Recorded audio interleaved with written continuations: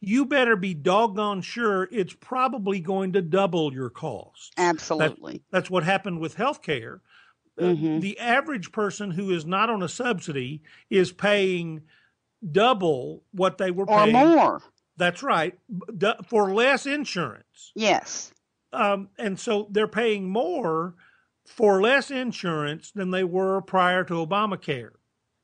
That's right. And I'm in one of these really unique situations where I don't really qualify for a subsidy, and I can't afford the insurance. And so the Right. government says, fine, then we're going to tax you for not having it. We're going to Right. fine you for not having the insurance. Well, I Mm-hmm. had insurance before, and you promised me I could keep it.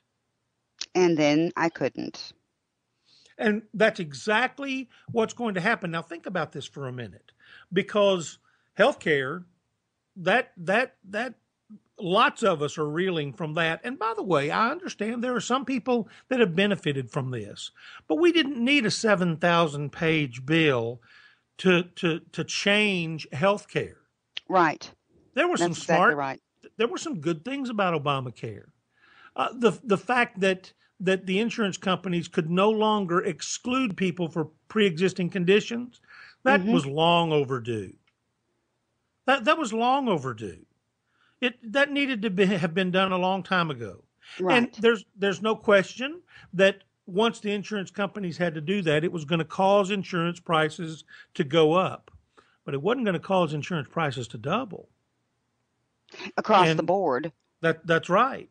And incidentally, even if you're getting a subsidy, the insurance price still doubled. The government's just picking up the difference. The So government is not picking up the difference. no, the We taxpayer are are. picking up the difference. The government says they're picking up the difference, but everybody knows that it's we, the people, who pay the government. Well, that's right. That's exactly right. But see, here's where this is really going to be bad. Because think about this for a minute. Everything you do has to have energy. That's right. The grocery store, the hotel that you stay in on your vacation. Uh, Driving to work in the morning. that's right. Theme parks that you visit. You know, name it. Uh, they all have to have power to do what they do. And, and so when that power goes up 80 to 100%, then guess who pays for it? You do. And you'll see that in the price of groceries. You'll see that in the cost of staying in a hotel. You'll see that, walking into the convenience store, gas, all anything you do, you'll see the result of that. And on top of that, when the electric bill arrives, you'll see that there as well. Now, no question that emissions issue, but I'll tell you, I live in Northwest Arkansas, and we have, the rest of us in Oklahoma, a coal-powered power plant. And I drive past a lot of times when I go over to East Oklahoma. And when most of us think of a coal-powered power plant, we think of this power plant over here that's belching out huge columns of black smut into the air. That's not what I see when I pass that plant. That's right. Now, to the south and east of us in Arkansas, we have a nuclear power plant. And the only thing you see there is the liquid coming out of the cooling towers. It's just Right. vapor. It's water Mm-hmm. vapor.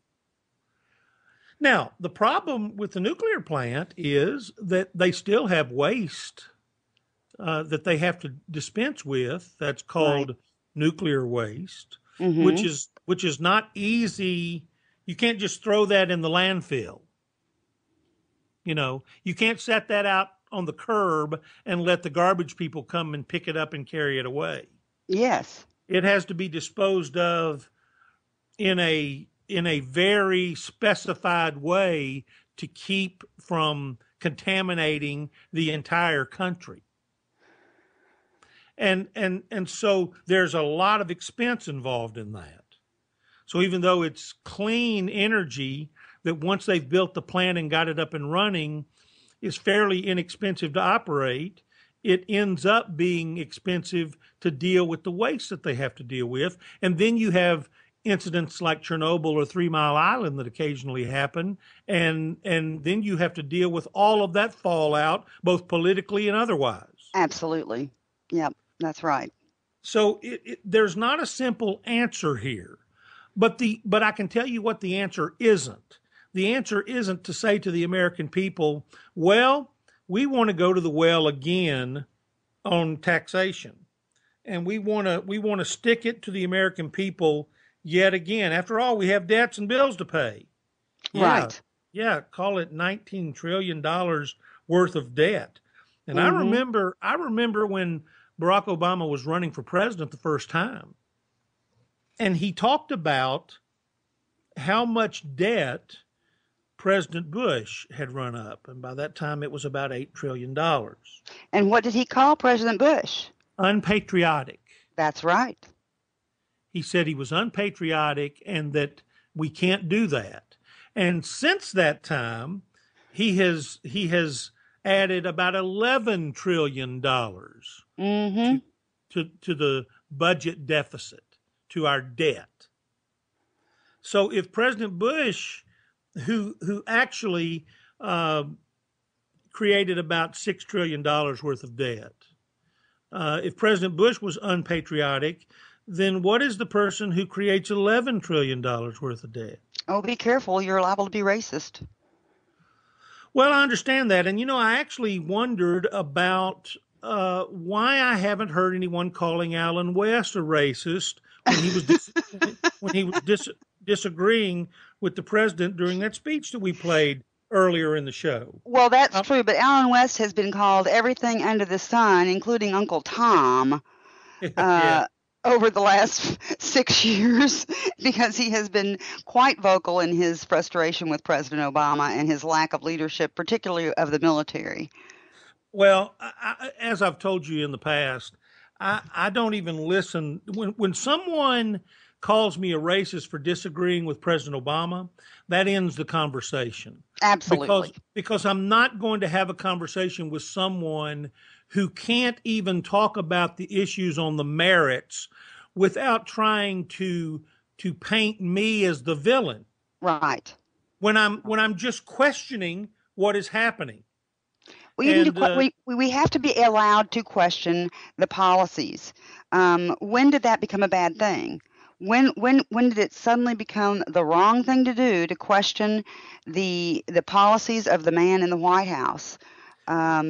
These people who are so pro-Obama are the same ones who were the children of the 60s and screaming against the authority of the status quo back then.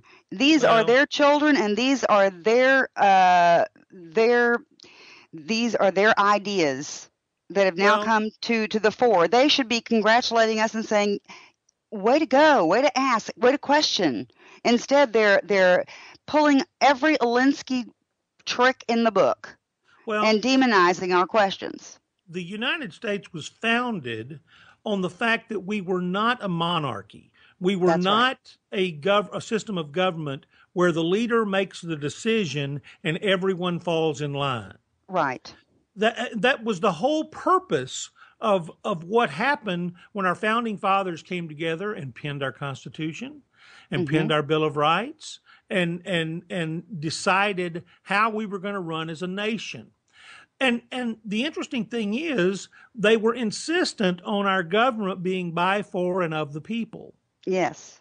And if the government is, in fact, by, for, and of the people, then it gives we the people the opportunity to stand up and say, wait a minute, let's discuss this. That's right. There's nothing wrong with stopping and discussing it. The problem that I've seen in the current administration is that too many times when someone wants to dissent against something that the administration is pushing, what they run to is to insult and to put down the person who's dissenting. Yes. That's a problem because it disenfranchises those who have a legitimate complaint, who have a legitimate issue with what the government is trying to do.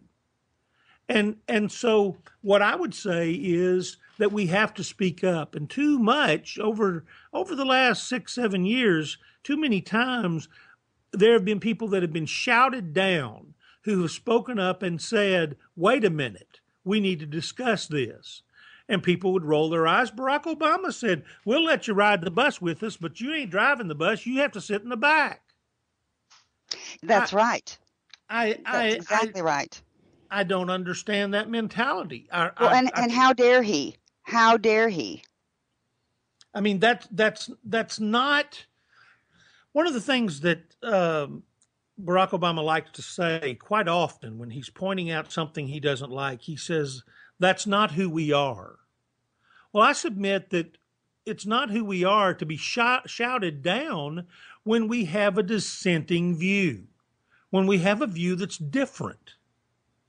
We shouldn't have to, this country, our nation, was not founded on the idea that if you have a dissenting view, you should be shouted down, you should be audited by the government, you should be pursued, you should have your weapons taken away, you should be said that, it should be told to everyone that you are in common cause with the mullahs who are yelling death to America. Right, exactly. I just got a message, by the way, from a dear friend in England who is listening. Andrew, I'm so glad you're listening. Thanks for letting us know. Yes, thank you, Andrew.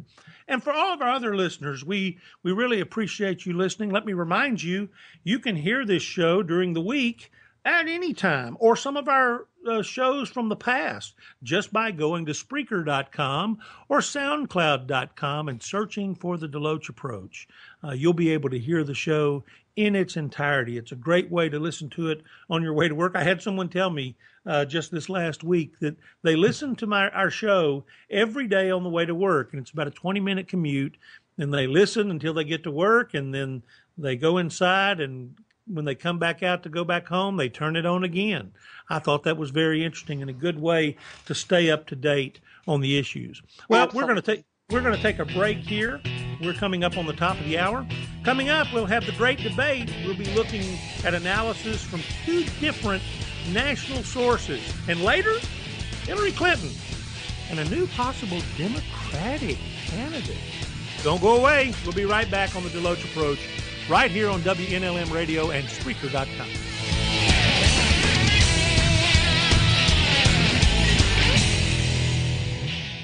Just let those run wild until the... If I were the Prince of Darkness, I'd want to engulf the whole world in darkness, and I'd have a third of its real estate and 4/5 of its population, but I wouldn't be happy until I had seized the ripest apple on the tree.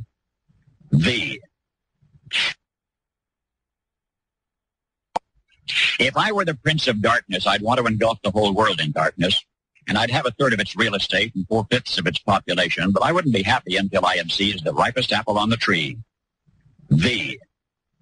So I'd set about, however necessary, to take over the United States. I'd subvert the churches first. I'd begin with a campaign of whispers. With the wisdom of a serpent, I would whisper to you as I whispered to Eve, do as you please. To the young, I would whisper that the Bible is a myth. I would convince them that man created God instead of the other way around. I would confide that what's bad is good and what's good is square. And the old I would teach to pray after me, Our Father, which art in Washington.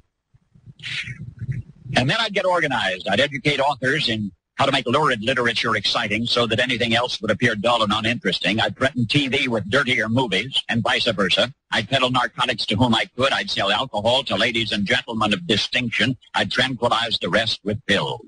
If I were the devil, I'd soon have families at war with themselves, churches at war with themselves, and nations at war with themselves, until each in its turn was consumed.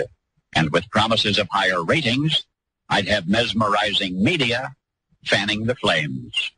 If I were the devil, I would encourage schools to refine young intellects, but neglect to discipline emotions. Just let those run wild. Until before you knew it, you'd have to have drug-sniffing dogs and metal detectors at every schoolhouse door. Within a decade, I'd have prisons overflowing. I'd have judges promoting pornography. Soon I could evict God from the courthouse, then from the schoolhouse, and then from the houses of Congress. And in his own churches I would substitute